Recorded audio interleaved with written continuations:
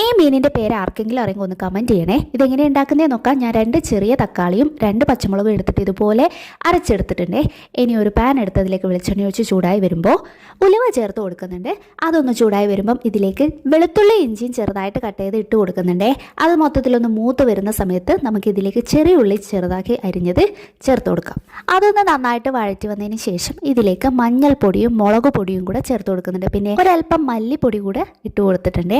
അപ്പം ഇതിൻ്റെയൊക്കെ പച്ചമണം മാറുന്നത് വരെ ഒന്ന് വഴറ്റിയെടുക്കുക. ഇതിൻ്റെയൊക്കെ കളറൊക്കെ മാറി വന്നിട്ടുണ്ട്. ഇനി ഇതിലേക്ക് അരച്ച് വെച്ചിരിക്കുന്ന അരപ്പ് ഇതിലേക്ക് ചേർത്ത് കൊടുക്കാം. എന്നിട്ട് നന്നായിട്ടൊന്ന് ഇതിൻ്റെ പച്ചമണം മാറി വരുന്നത് വരെ വഴറ്റിയെടുക്കുക. എന്നിട്ട് നമുക്ക് ഗ്രേവിക്ക് ആവശ്യമുള്ള വെള്ളം കൂടി ചേർത്ത് കൊടുക്കുക. ഉപ്പ് ശ്രദ്ധിക്കണം കേട്ടോ. പിന്നീട് ഇതിലേക്ക് കുടംപുളിയാണ് ചേർത്ത് കൊടുക്കുന്നത്. ഇത്രയും അളവിൽ കുടംപുളി എടുത്തിട്ടുണ്ട്. അത് ഞാൻ ഇതിലേക്ക് ഇട്ട് കൊടുക്കുന്നുണ്ട്. അത് തിളച്ച് വരുന്ന സമയത്ത് നമുക്ക് മീൻ കഷ്ണങ്ങൾ ചേർത്ത് കൊടുക്കാം കേട്ടോ. അപ്പോൾ ഇതിനകത്ത് കുറച്ച് കഷ്ണങ്ങളൊക്കെ എടുത്ത് പൊരിക്കാനായിട്ട് അങ്ങോട്ട് മാറ്റി വെച്ചിട്ടുണ്ട്. ബാക്കിയുള്ളതൊക്കെ ഇതിലേക്ക് ഇട്ട് കൊടുത്തിട്ടുണ്ട്. അപ്പോൾ അത്രയേ ഉള്ളൂ. നല്ല അടിപൊളി ടേസ്റ്റുള്ള കുടംപുളിയിട്ട മീൻ കറി ഇവിടെ റെഡിയാണ്.